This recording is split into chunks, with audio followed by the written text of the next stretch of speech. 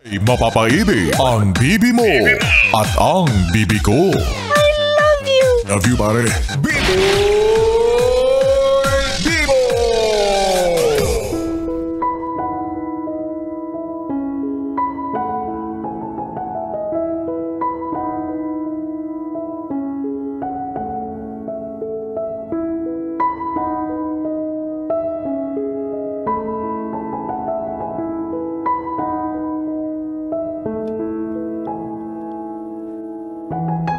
Bibi, anong unang pumapasok sa isip mo sa tuwing naririnig mo ang salitang utang na loob? Gaya ng tipikal na utang, pwede rin ba itong mabayaran? O baka naman, ito yung klase na utang na habang buhay mong huhulog-hulugan. Sabi nila mahirap magkautang na loob. Kasi kahit naisauli mo na, kahit sobra-sobra pa, patuloy pa rin daw ang singilan. Singilan na dinadaan sa halos hindi na makabuluhang sumbatan. Utang na loob. Magpasalamat ka kung hindi dahil sa akin wala kang mararating. Utang na loob. Bumawi ka kasi tinulungan kita. Wala kang utang na loob.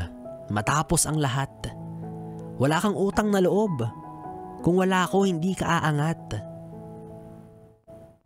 Utang na loob. Tama na. Ano bang kailangan mong gawin para mabayaran sila? Na tila ba hindi sapat ang salitang salamat? Marunong ka naman tumanaw ng kusang utang na loob. Marunong kang magsauli ng kung ano ang ibinigay o pinahiram. Kasi alam mong mas masarap yun sa pakiramdam. Pero, ito ba talaga yung kapalit na dapat ibigay kapag natulungan ka? Hindi ba dapat kapag sinabing tulong, buong pusong ginagawa? At bakit ganun? Natulungan ka nga pero sa huli, makakatanggap ka naman pala ng kung ano-anong masasakit na salita.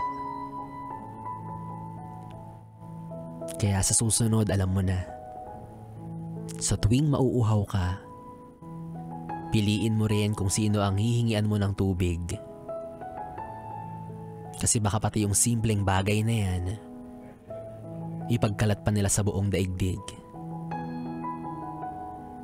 Kaya ako, Yespren, alam mo, ayoko ng utang na loob. Alam mo kung bakit? Kasi mas mayaman ako sa sama ng loob. Sinong gusto ng sama ng loob dyan, bibigyan ko na una. Marami ako dito, marami akong sobra. Kainis. Wala naman si Yespren. Ako pa rin ang iyong kapiling DJ B-Boy Bibo para sa ating tuloy-tuloy na BB Time hanggang mamayang alas 12. Dito pa rin at dito ka lang sa istasyong No Problem, ang 101.1 Yes FM.